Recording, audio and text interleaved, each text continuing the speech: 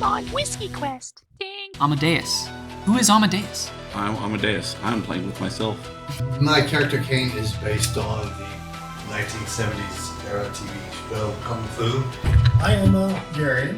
I'm a rogue, arcane trickster. So I'm basically a fighter and hit things. I hit things good. And standing next to you is an unfortunately familiar face. Da da da. Welcome to Alcoria. Here, what you need to understand is you are on the outskirts of the town of Embervale. I have a very extensive ruby production, ruby dust. What I need from you is to make sure that I continue to get more of the appropriate quantity and schedule. Speak, and he shall return.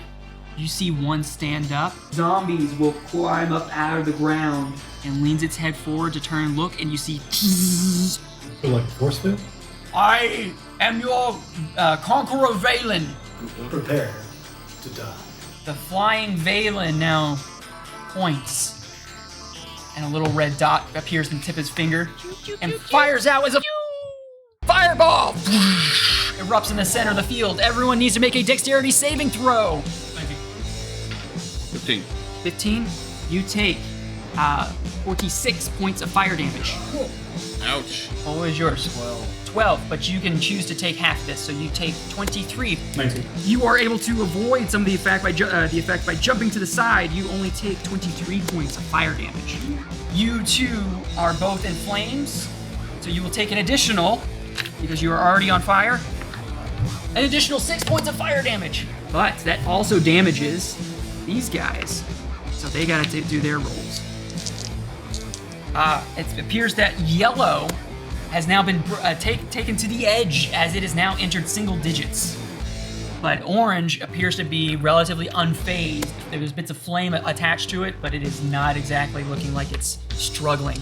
And you see Valen now floating in the air, laughing as the flames explode everywhere. Ha ha ha ha ha! Fall beneath the might of Valen! These intruders will not interfere with the liberation from Balethmont. Okay, if he's in a single digit, I'm gonna start with just like the first hit. 17 hit? 17 does not hit. Unfortunately, their AC is 18. 22 hits. Okay, if he's in a single digits, I just rolled an 11. All right. The yellow knight there just kind of crumples into several pieces of metal armor. If I'm only gonna use my bonus action, I'm gonna do the Step of the Wind to disengage, which does not provoke an opportunity to attack from him. Right around the corner here, out of range of everything. Attacking reckless. All right. Reckless attack. And the first attack on orange was a critical fail. 1. Ooh. The second one, 24 to hit. All right. Yep, that hits. 21 points of damage. I'm trying to grab the fire elemental and suplex him into the well. Give me an athletics check. I'm going to give you disadvantage because it is a fire element. Second one is a 29. 29 is oftentimes more than 10. You grab the fire elemental. You're going to take an additional 5 points of fire damage as it's trying to burn you. But you toss it. You're grabbing flame manifest and tossing it into the well, and you hear, you see the lights go down as the fire elemental goes down, hits the water. I'm going old school, like WWE, where I basically get it in a headlock and grab it by its underwear and over the back as I get up with a little bit of puff of smoke from the damage. I once again look at Lazarus and just give him All right, anyone left? I came right in. Okay. Shot him. Okay. Oh, you're going for that guy. All right, go for it. 51 damage. It appears his skin is stone-like and seems to be very resistant to normal damage. So he's only going to take 26 points. Sneak attack. I will move here, at which point I will do one attack, which hits our 19 strength saving. Are you pushing him into the what? Yes, I'm pushing him into the well. Oh, and he got a natural 5. He's got yeah. You want me to roll damage, or is he going into the well? He's going into the well. I'll come into the well. He doesn't actually scream. You just hear the clinking sound of the, No. of the armor hitting the What I side of think the well. is he's too big to fit in that well, so he's just stuck in there. And he still doesn't have a kill. Okay, he still doesn't have a kill. And then I come up because now he's provoked an opportunity attack, right? Yeah, Go ahead. and his head's. Finish it. Finish your move. I need you to finish your move because he's stuck in the top of the well now. Push him like a plunger down into the well. No, you're. And we're gonna do it again. So, make you another strength saving throw, senor. Since somebody said he got stuck at the top, I needed a plunger. That's a natural 1. As a fire elemental, surprised that it's able to be pushed or kicked at all. much so, more surprised as it's falling down a well and sizzling as it hits the bottom of the well and puffs into a bit of smoke. And with that, Valen looks to you all and says, I see I have competent foes indeed. No matter, we shall save this for another time. Scaredy cat. As he disappears, quiet has returned to Embervale, as this initial threat seems to have disappeared. The people of the village are starting to eventually come out, and it's now silent. You see people opening doors and windows to check out. Is everything okay? And I flash him. you see approaching Baron Alder. This is the man that Belethmont told you about. That was sort of the leader of the town. He steps forward. Greetings, strangers. Please, we want to talk about this and make sure that we are all under the correct assumptions about the current situation. So please, can we at least sit down for an accord and maybe we can discuss? Throw an axe at him. We are the nobles of Falford. It's appropriate. It's appropriate. Fallfield, I'm sorry, I'm not aware of your township. Oh, this is a land apparently far away. His, what appears to be someone that was behind him, sort of like holding a bunch of papers. And it says, yes, you are speaking with the mighty Baron Alder. I am Old Garrick, as they call me here. I'm just an assistant to the Baron to make sure that his day-to-day needs are met. Baron Alder is now offering for you to join him in his home with Old Garrick as his servant at his home abode in here. So you guys walk into his home, and it's very nice. Sorry for all this confusion here. I hope we can have a sit down and sort of negotiate and sort of get a good understanding. Apparently there is a problem with production. Okay. So you have heard. Yes, we are in the business of producing powdered ruby. We are the largest producer here, at least in Alcoria, for all we know. We've been, you could say, hired to figure out the situation. Well, I'm glad you brought that up. That it just so happens to be a very contentious point in this town. A lot of the residents, the villagers here, they seem to be torn between two perspectives, and I'm just trying to keep the peace here. But may I ask who hired you? Well, That'll help determine how this conversation goes. I do not wish to take any direct sides, but I must say that Belethmont has been giving overseer to this whole production. And he's been very gracious and very protective of our lands. But I can also see, the opposite sides and the concern about someone of that ability. who's in charge of this production? That you can refer to Master Wainwright. He is our production engineer. He oversees the corundum mines nearby, which provides the raw materials. Rubies are grown into the final state and then crushed and then powderized and then give our share to Belethmont, and Belethmont provides accommodations for the rest of the villagers. He's also been very good. Feeling with this guy. Can I roll for insight? Yeah, okay. What you're getting on the very surface level from all of you, he is definitely in a torn state. You can't get a good read on, especially what side of this political divide he is sitting on. Valen has been putting a very, his authority is definitely being recognized, and from a sheer physical standpoint, we don't have much until now to resist him. Well, Baroness, you can probably understand and respect, we're trying to understand exactly where you're coming from. We've got to find out exactly what's going on with production. Persuasion check. The 17. Things were a lot smoother when Belethmont was here. Everyone here was very apprehensive at first. Understandably. I mean, have you seen the guy? He's got any sort of material needs, he's able to summon on command. We weren't doing too hot. We were some poor ass farmers on the side of this mountain, and Belethmont came in and actually turned this, farming, mining town into something that actually is flourished. No wandering bandits, no outside marauders. It's for a resource that we care very little about. He's able to give so much.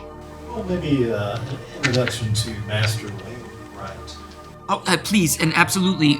There should be no locked door for the nobles of Fallfield. Garrick will be able to show you around. It's been a long time since the town of Evervale has been graced with such wondrous travelers. Please. As you're escorting us, though, what's your take on that? It is an absolute travesty. Been trying to see if Belethmont could come back, but he hasn't been able to come back. Normally he comes back and solves problems like these. He is very genuine, and he's been around for a while and has seen the troubles of the land, and definitely seems to be convinced that Belethmont's a good deal. What do you see as the problem? Ever since, Valen's come in, Belethmont hasn't been making his regular trips, and quality of the product has always been a question in these past couple of weeks, and Master Wainwright, he can be a bit off-settling, but he's very, very committed to his work. You see very large, kiln-like machinery, like clay ovens and stuff, but you see, as you pass by, little windows where you see this tube of, metal and lava actually pouring out from it. And it seems to be refining and accelerating the growth of these ruby processes. It's drawing up lava from Liquid hot magma. It seems there's a refining section for some of the corundum ore, as they call it.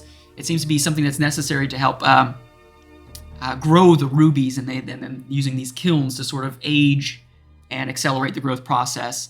You look over, there are machines that are made for crushing the actual grown ruby crystal into fine powders and then measuring and stuff like that.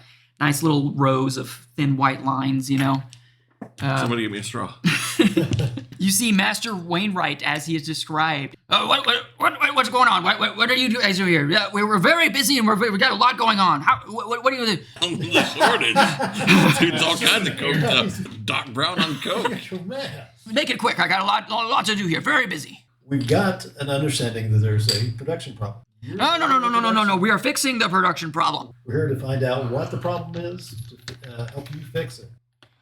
Listen, I think it's a raw material supply. I don't think there's going to be anything that you're going to be able to define. Feel free to look around, do what you need to do. Where do you get the raw materials from? The Corundum mine, he points over and references this mine right here, where they produce. I run the mine. And you... I run the facility, and I run the... What's wrong with the production? I don't know why it's not good. I'm going to keep making until I get it good. Now, with me alchemy background here, can I find the problem in this? Absolutely. Why don't you go ahead and give me either an Arcana or alchemy tools, whatever. 30.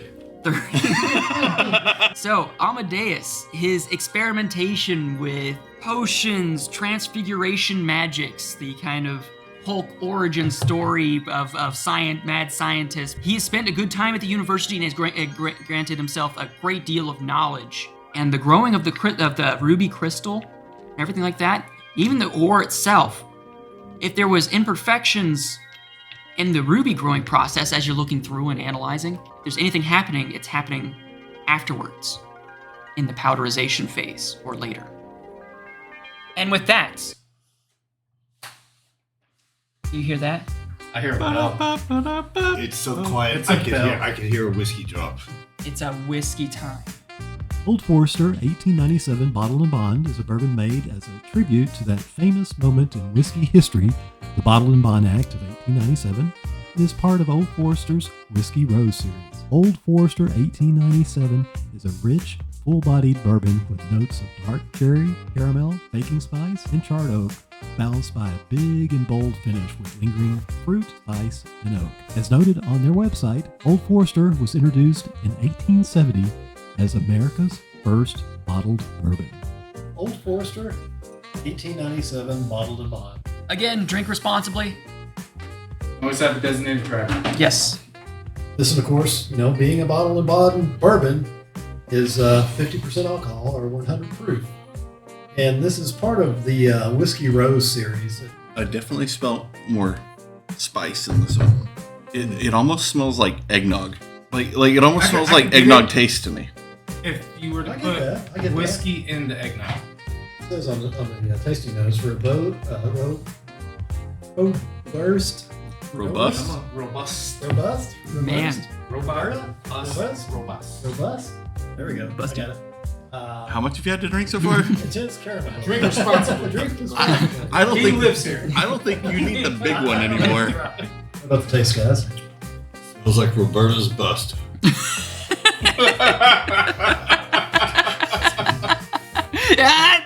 Not yet. The apple doesn't fall far from the tree. Oh, that is good. That is good. The smell after drinking it. It's better after you take a sip. Mhm. It's like it opens up their scent. I get that faint coffee note. I'm not getting the coffee. My coffee tastes nothing like this.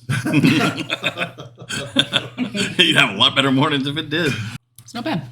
Not bad. Do you think it compares to the Henry McKenna? First one. Yeah, I'm. Way First one better. better?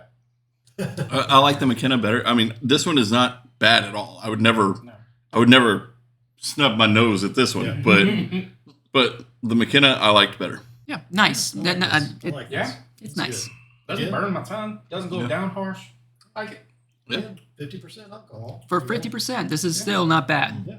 We've had some that have like floored us at 50%. Kane, as you normally sit to the outside a little bit, you notice this older lady, Sister Clara. She's actually goes over to the well, and you see her take something out of her out of her purse, and pour it into the well. Push her in. No, don't put your name in the question. In the bodies that are piling up at the bottom of the well. So you just kind of acts like he's just strolling all around. Well. What is that in there? Oh. What are you doing there? What are you putting in the well? Oh, I'm so sorry. You must be one of the visitors from town. The well's been tasting a little off, so I just want to make sure that it's nice and refreshing. Okay, let me see you taste a little bit of it. Absolutely. And she excuse me, it takes a little bit of time. A dead body comes in. Pulls up the bucket of water and sets it aside and takes a ladle, and she's holding a big ladle. She try it. It makes it taste so much better. It was tasting so bad. I carry my own. Okay, so yeah, you don't mind me taking a little sample. Oh, not at all. May the blessings of Omnius be upon you. And she whacks you with the spoon. You push her at the well. Wainwright seems very, very busy, and as he's trying to shoo you guys off, he's like, look, yeah, if you want to hear an idiot running the business portion, you can always talk to Beric Thorne. He helps run some of the administrative type stuff, the papers and stuff like that. If you have any other questions, please, I have a lot. So, Garrick, can you take us to Beric? He takes you upstairs, knocks on the door. Garrick opens the door, and you see Beric Thorne, or someone that looks to be that Beric Thorne, writing in some papers on a desk. He says, yes, come in. Oh, it is you, our saviors and our merciless tyrant tyranny of Valen. Please, what can I do for you? We've got a little time. We gotta get to the streets. There's a problem with production. Oh, I've heard about the problems with production. We're on it. We're doing what we can. Bellamont just has to be patient. Patience is wearing thin. Agreed, patience is wearing thin. We are very busy people. Unless you have something serious to present us, we can... I've got a couple of serious things to present. Oh, give me an intimidation check with advantage, and someone else can help him. One extra roll, actually. Whoa! Natural 20! Oh, great! Plus whatever. Oh, fine. I don't want to cause any trouble here. Look, you have my undivided attention. There's still the Valen threat that's looming in town. Did you not Is he still not walking around? Did you, have you investigated to see his whereabouts? We actually encountered him, and he is fled from us. Fled. Fled? Fled is... Fled? Yes. Slap him. If Don't correct us. Fled, fled. you wanted to look at, if there's concerns, you can always check the mines. Master Wainwright is very busy. Perhaps some of his workers aren't performing up to their due diligence. Seems to be taking this problem very seriously. Have you spoken with Master Wainwright? Oh, yes. He's pointed us to you. Pointed you to me? How bizarre. Considering he is in charge of production, and yet production is yielding poor results. I think you need to redirect your attention back to Master Wainwright. Well, we do have, one of our workers, Hessa Varn. She's dealing with the final product. She's dealing directly to the actual bottling. Well, we've got an idea that maybe the final product isn't the final product. The final product may be cut, so to say. We'll find Hessa. Oh, I wouldn't worry about. She's just a simple girl that's working in town. We did not ask that. We said, where can we find her? At this point, I grab the top of his head and pick him up. Okay. She has her family abode. He points to there. She lives there with many of the other villagers that are still waiting for their homes to be built. Do we take him with us? I'll stay with him if you want. I will be perfectly fine just right here. Not necessarily truthful coming out of his mouth. We can always revisit. Yeah, I mean, he might not be here. Leave your mage hand with me, and